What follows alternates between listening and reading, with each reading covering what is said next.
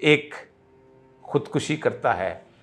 और वो कौमी हीरो बन जाता है, दूसरा खुदकुशी करता है तो दहशतगर्द बन जाता है, एक खुदकुशी करता है तो गुर्बत और अफलास का मारा होता है, तो सिर्फ छोटी सी अजियत बर्दाश्त नहीं कर सकता कि उसको नींद नहीं आती, उसको सुकून नहीं है, उसको चैन नहीं है। ये सब बुनियादी तौर पर उस एक ऐसी बड़ी ताकत जिसे खुदावंद करीम कहते हैं, जिसे अल्लाह तबारक व तआला कहते हैं, उसकी